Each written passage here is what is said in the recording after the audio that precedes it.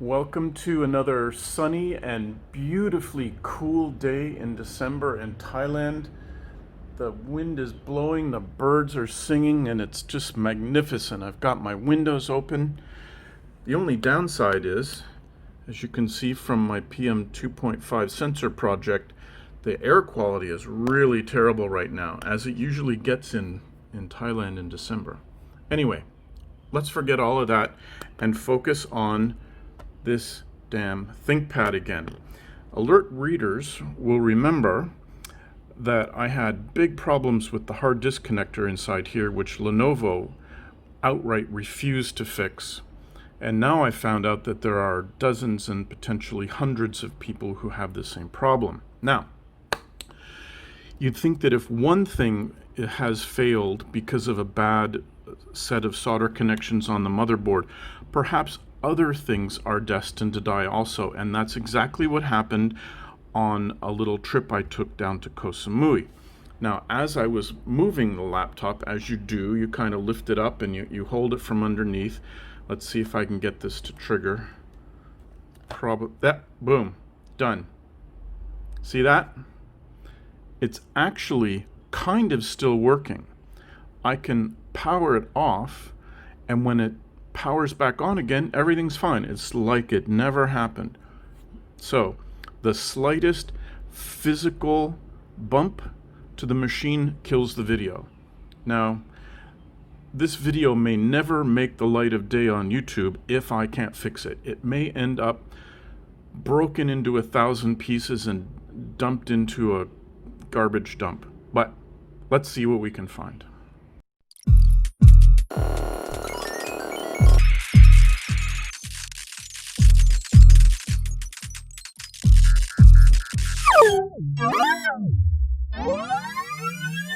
Okay, so video is dead, but you can see the power light is still on. So I'm going to power off the machine by holding the button down until there. I've just hard powered off.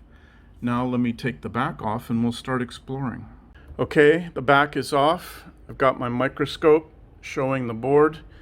I don't have a schematic or anything like this, so I can't go full Lewis Rossmann, but what I'm seeing is up in this corner where it comes through the pivot point for the display, this cable comes around and plugs in right here. So I don't see, oh, and on the other side, forgive me, there is yet another cable that comes out into this area. So let's just take a look and see if we can see anything that's loose. Okay, here we are. The back is off. We're looking at the upper left-hand hinge pivot point right here. And you'll see coming out of the hinge, there are a couple of cables. One of the cables goes to this connector, which probably has to do with the video. There are also a gray and an orange wire that come out. The gray wire goes to one terminal of the Wi-Fi board. This black wire comes from the other video lid hinge. There's also that orange wire comes out and meets up with the blue wire from the other side. And they just end up here, unconnected antenna wires. I suspect it's because where I have installed my SSD, due to the failed hard disk, you can get a cellular modem card that plugs in here, and then you just attach those two wires there, and then you can go anywhere that you have cell service and you have internet. So the key thing for me though is this wire, this thick wire that comes out here and into this connector. So let's see if we can spot an easy issue with this wire. And I'm going to take a little tiny screwdriver, and first I'm going to see if I nudge this connector, does it appear to be loose? No, it seems to be nice and firm on the motherboard. It's not loose, it's not wiggling. I'm not having the same problem I did with the hard disk connector. So let's flip this up and we'll take the connector off, peel that back, pull this out. The framing and focus. So it's hard to see, but the wires on the connector strip itself look fine. Inside the connector strip itself looks fine. So I'm suspicious that this is not the cause of the problem. So let's put it back. Slide you in like that.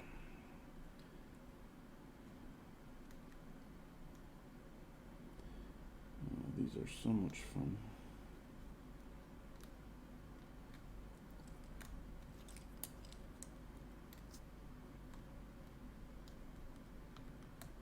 There. Got to make sure it's all the way in and seated, and then flip that little thing down, and then we'll stick down this metallic tape. Okay, that does not appear to be part of the problem. So let's move along. Okay, here we are on the left hand hinge pivot, and we can see there are some cables coming out of that from the left. The black one actually goes over to the Wi-Fi module, so this is this side's Wi-Fi cable. The blue one is the unconnected blue wire from the other side, and then the other thing is this big black cable, which has to be our video cable. So let's pan down, and we'll look here. It's the same thing, it comes under the clip, and then it goes into that connector. Focus. Right there. So let's give this thing a wiggle.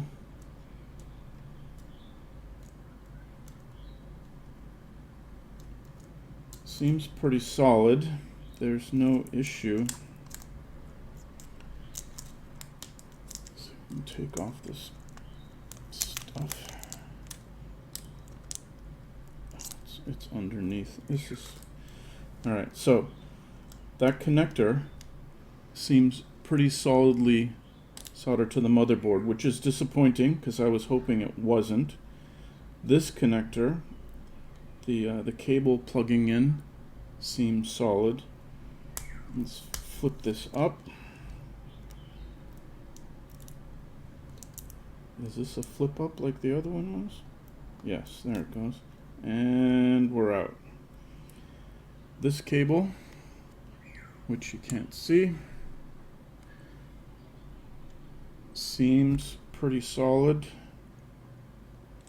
No corrosion, no breaks. That is held in quite nicely. If we pan back to the connector and we focus, I don't see any obvious issues with that, which is very disappointing. That we don't have an immediate culprit to vent our spleen about.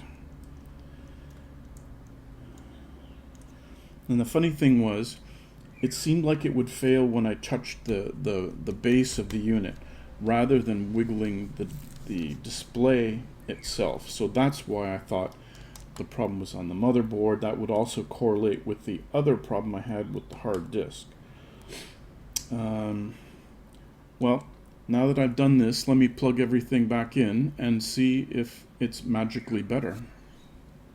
Okay, we are back up and running. Clean boot. Let's start. See, that's all it takes. Just the way down here, that's interesting. I wonder if pushing here is enough, because the video connectors are way up here. This could be a power issue. It could be shorting something to ground. There's literally no telling what's going on, but let's investigate this area just for fun. Okay, this is the corner where I'm pushing from underneath that causes the problem. There's nothing here except a speaker right there, a little speaker module that's kind of floating, I suppose, to help with the bass or something like that, vibration issues. And you know what this is? This is the space. This is the space where the spinning hard disk went, and this is my enemy connector. That's only a few inches away from where I was pushing down on the corner of the board.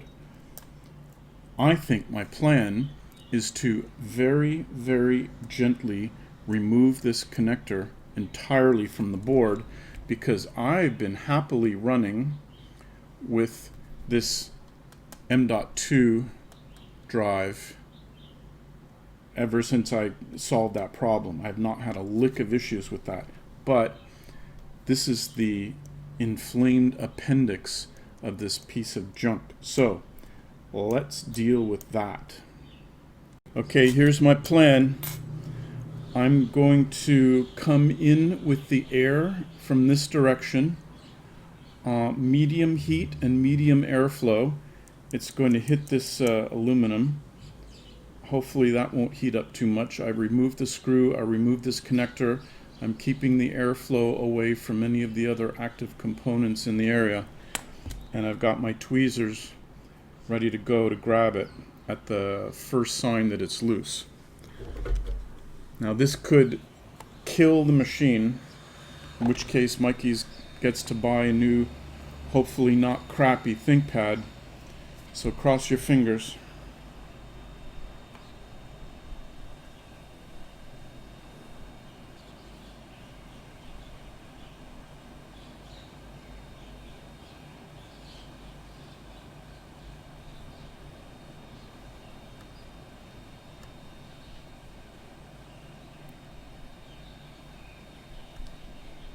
Do not breathe in the fumes. I don't have a fume extractor. Okay, I got a little bit of motion. Oh, that could have just been from when it was bad before.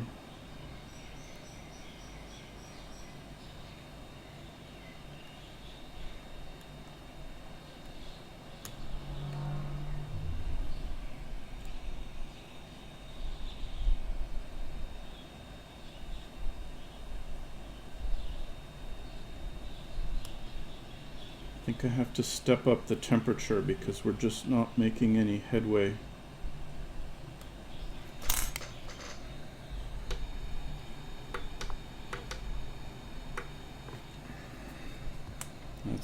I was on 350, now I'm on 400.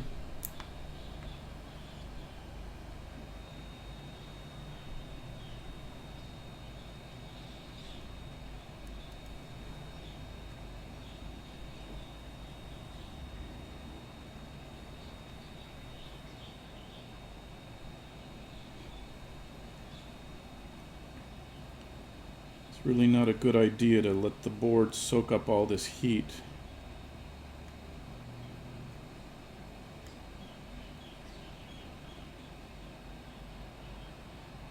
Okay, I'm gonna abort that for now, let the board cool down, and then I'm gonna go in with stronger heat for a shorter period of time. Take two, coming in at 450. Trying to evenly heat it along the way.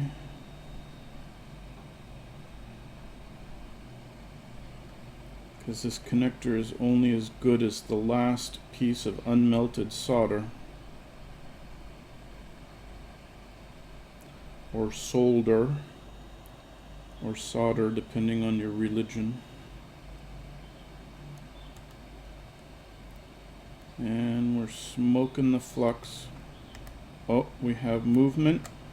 We have a lot of nice movement.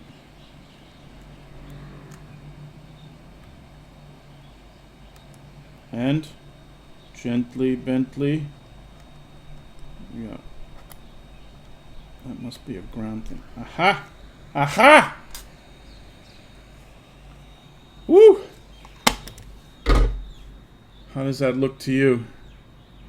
It's hard to see with all the glare, but I don't see any damaged traces is just these two things on the end where it was being held on. So what I'm going to do is come in here with my solder pencil, and I will make sure those are all nice and clean, and with some solder wick, and clean up these two guys right here. So I switched my soldering pencil to the flat tip, which will help me to clean this connector strip up like that. Oh, isn't that beautiful? Just to make sure there's nothing shorted. Then I'm going to try and get these little tabs off. I don't know how they're held on. Well, I'll tell you, they're not held on by much. But they are sticky.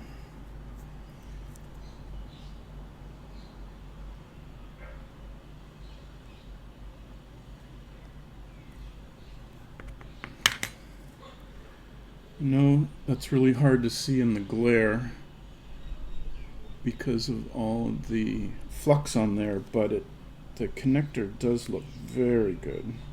Let me just take one last swipe down.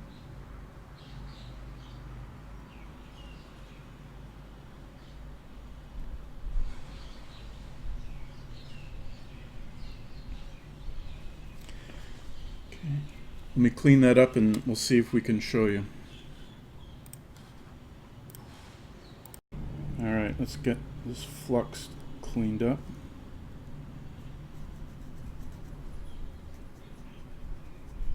Oh, the connector looks beautifully clean now.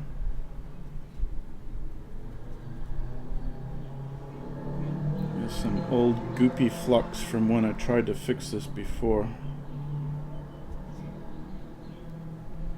Yeah.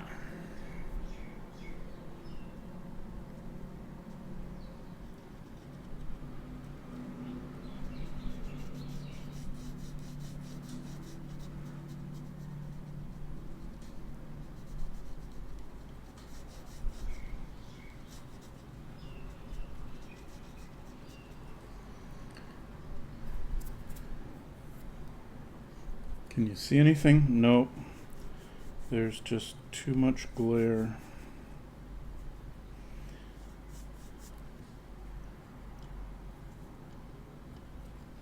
Focus. Nope. Let me turn my big light off.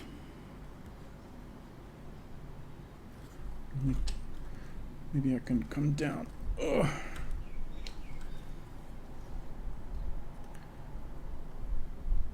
There! Hey!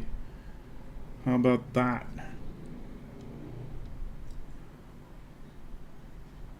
So that's pretty good. Even all the way on the left-hand side, it looks like there's a little bridge there, but it's clear.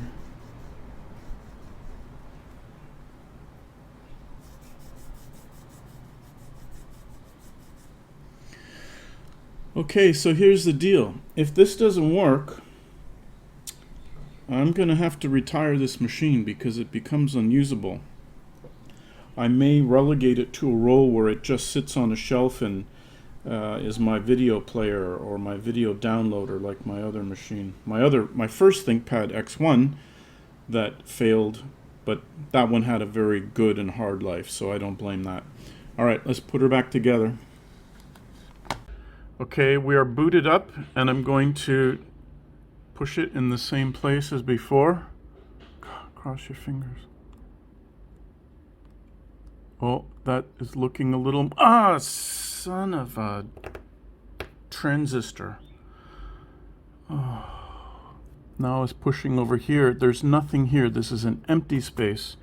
There's nothing active under this corner of the board, which means a slight amount of force is being transmitted somewhere in here that's causing a problem.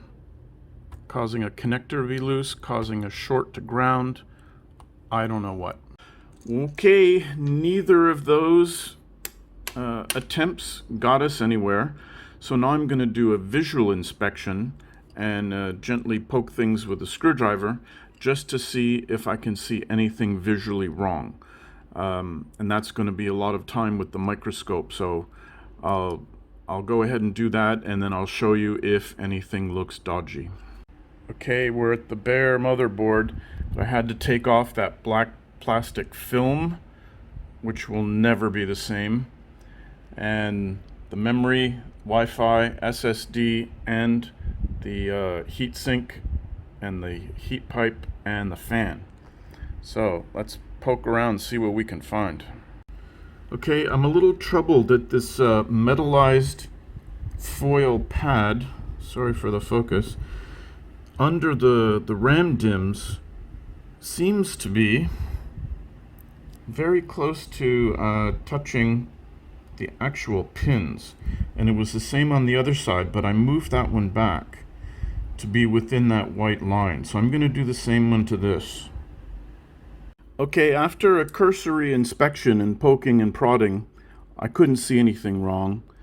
There's no burn marks, there's no loose components, there's no cracked components, everything looks good. And then of course my curiosity got the best of me, and I unhooked about 12 connectors all the way around, and only 3 or 4 screws, and this is the motherboard. It's a miracle of packaging. I just cannot get over how the engineering in these things works. The mix of the mechanical design to build the chassis and then the electrical design to fill everything in. So this is pretty complicated on this side, and then the other side is even more discrete components, plus there's a bunch of custom chips over here labeled Think Engine. So these must be Lenovo specific chips that perform some functions. And again, nothing bad on this side, nothing loose, nothing burned, nothing crispy, nothing that the smoke let out. And on the back side, when I was taking the board off, that was still held in by this one connector that connects down to the main part of the chassis. So yeah, these things are astonishingly complicated. So, curiosity satisfied, I'm going to put this back in, and then we'll start pushing on things and see if we can make it fail. This thing is, as soon as it powers off, is officially retired as my primary laptop. Now I get to go order one from Bangkok, which will have the Thai character symbols on it, plus also the standard QWERTY layout. I can live with that. Maybe it'll help me learn Thai more. But I'm going to do a little bit of research to see if anybody else is having this problem with this model and if there's a fix. If I do, the next little video clip you see will be me talking about that. Otherwise, I'm going to wrap up and tell you that this machine has now officially reached its retirement age. It is beyond economic repair, and thanks for your service, you little bugger. Okay, so the search of the problem didn't work very well because it's hard to search for. The video goes away when I gently touch my ThinkPad. It's just not working. So if any of you very smart viewers have ever seen this symptom before, and it's documented somewhere on the web or somewhere in the Lenovo support forums, please let me know.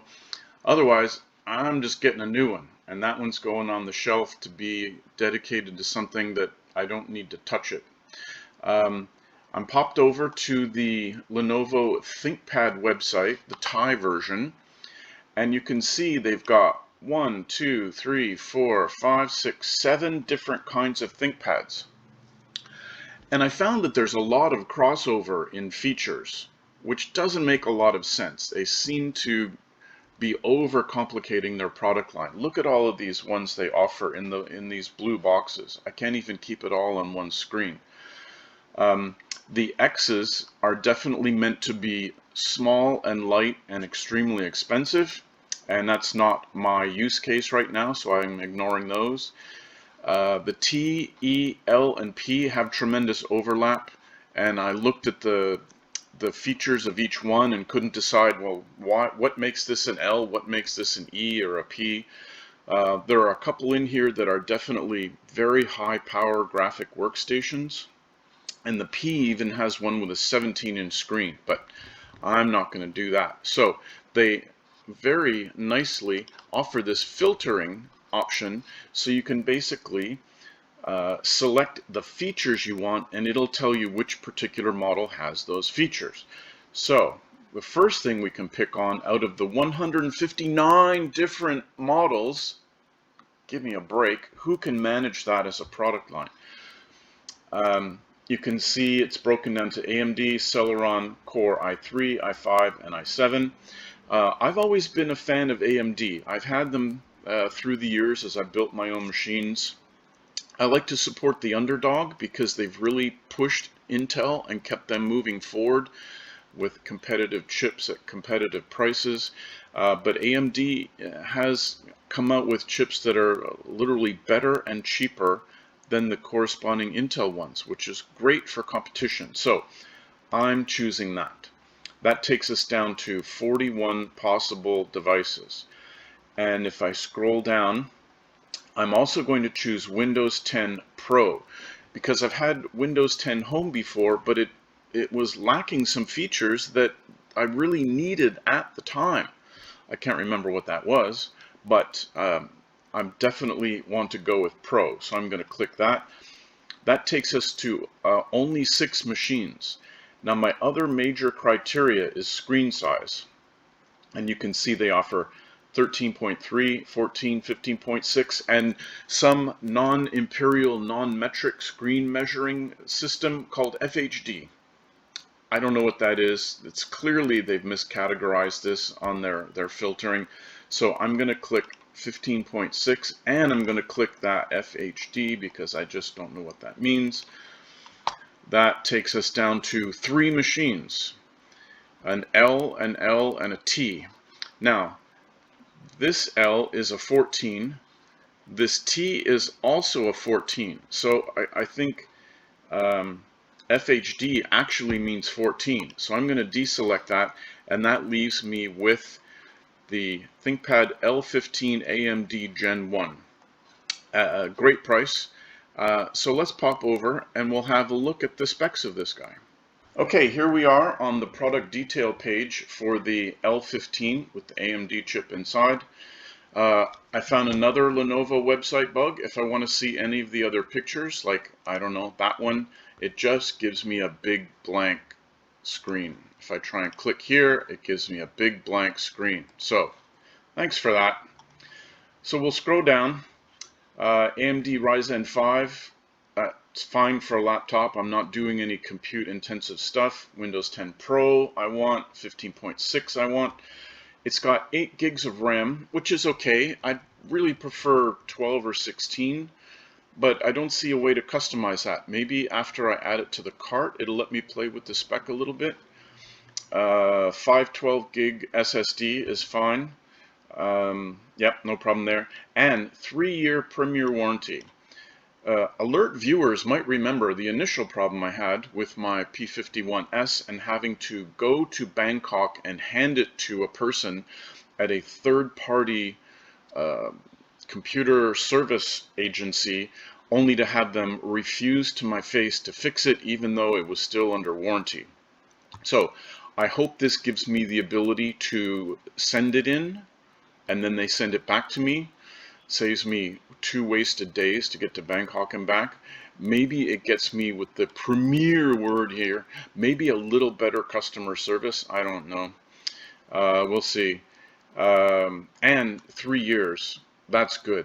I mean, I think my old one just had 1 year and the problem squeaked in. It's got a 65 watt power supply that connects to the USB-C port, which is good, because that means that charger will then charge my phone and the laptop, so I only have to bring one charger with me when I travel. It's got all the Bluetooth, it's got the fingerprint reader, which I've become spoiled from. You log in with your fingertip, as long as Skynet hasn't come and killed you and cut your finger off to get into your laptop. And it also has the numeric keypad, which is good. We'll scroll down here and see if we can get any better images. Yeah, there's the numeric keypad. There's the fingerprint sensor, and of course the track point, which is the only reason I'm staying with the Thinkpad line. I do not have the muscle memory. I cannot run these little trackpad things. I've been using ThinkPads for, I don't know, 20 years, and I just can't live without it. The rest of the specs are good. Okay, another problem with the website, they don't list the 15-inch screen here in the display. And it says I can have up to 64 gigabytes of RAM, but there's no physical way to select that as far as I can find. Other things are fine. Wi-Fi 6, which my router doesn't support, but I'm fine with the speed I can get out of what I have. It's around 2 kilos, which is fine. USB-C, that's good. HDMI out is good. And it's got all the good jacks. So let's go ahead and buy this. It says I'll have it in my hand in 8 business days. I don't know if that means that they build it to spec in Shenzhen and ship it to me, or they've got certain models primed for shipping, whether they're in China or they're already in stock in Thailand. I'm not sure. But I'm going to go ahead and do it, so cross your fingers, and I'll give you a report when I receive it and get it set up. So thanks for hanging on this long. And again, if anybody's ever had that problem, or they've seen it documented on the interwebs somewhere, let me know down in the doodly-doo. Thanks. Hey, if you found this video interesting, please give it a thumbs up, and if you like my other content, I'd appreciate a subscribe. Take care and see you next time.